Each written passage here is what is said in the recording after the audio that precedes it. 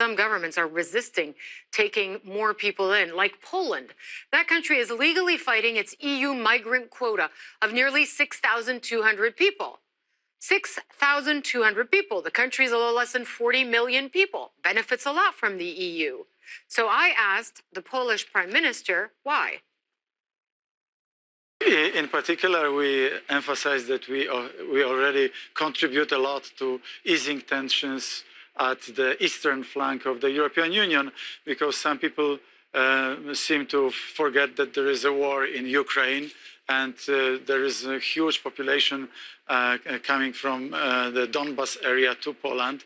And these are homeless people. These are people whom we treat as if they were refugees. So so you're saying that because you get some Ukrainian refugees, you shouldn't pull your weight on what the EU is asking you to take from Middle Eastern countries. When we're looking at the number, it is minuscule compared to your population. Is it not just because they're from the Middle East?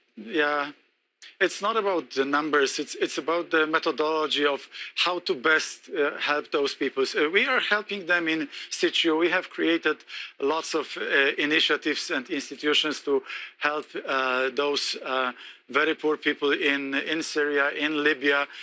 We are increasing our efforts to be there, to cope with the problems in the place where they are. On the last European Council meeting, I met with Paolo Gentiloni, Prime Minister of Italy, and he has told me that they were able to reduce the number of refugees coming from North Africa to Italy in the second half of 2017 by 70%. They have been able, but Italy, as you know, is carrying a far, far bigger burden than you, Poland. And Poland is the country that has probably benefited the most from EU. But it's getting to its shores from North Africa thousands and thousands of immigrants.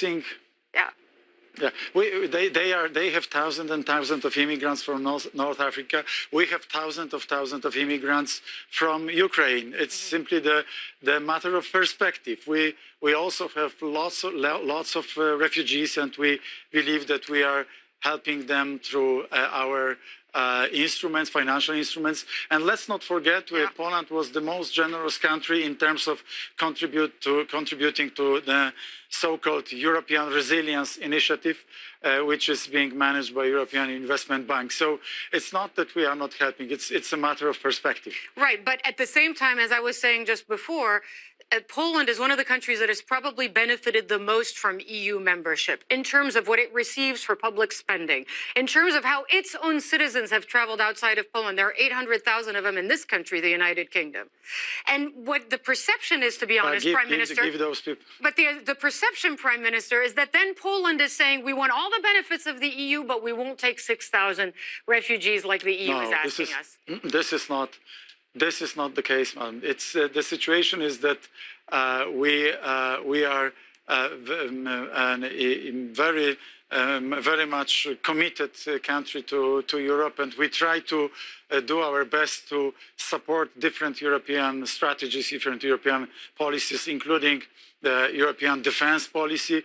We are one of the strongest members of the NATO alliance, contributing more than 2 percentage points to the defense expenditures. And as far as the contribution to the EU is concerned, let's take also a different perspective presented recently by very famous economist recent years, Thomas Piketty, who has shown how much the countries of Western Europe are putting in the form of net contribution to the EU budget, and how much they take from the Central and Eastern Europe in the context of different transfers. I get there are different ways of looking at numbers, different ways of looking at wealth transfer, but it's undeniable that Poland has certainly taken great advantage because the EU has wanted to welcome Poland.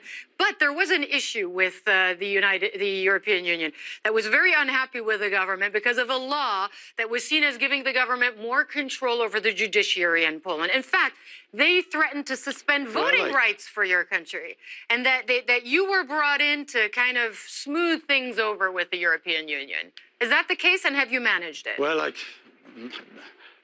there is as little truth in this suggestion as there is ice on the Sahara Desert, because really through our judiciary reform, we are going to make our system more independent, more objective, more transparent, and much more efficient and effective. We will put lots of efforts to explain, to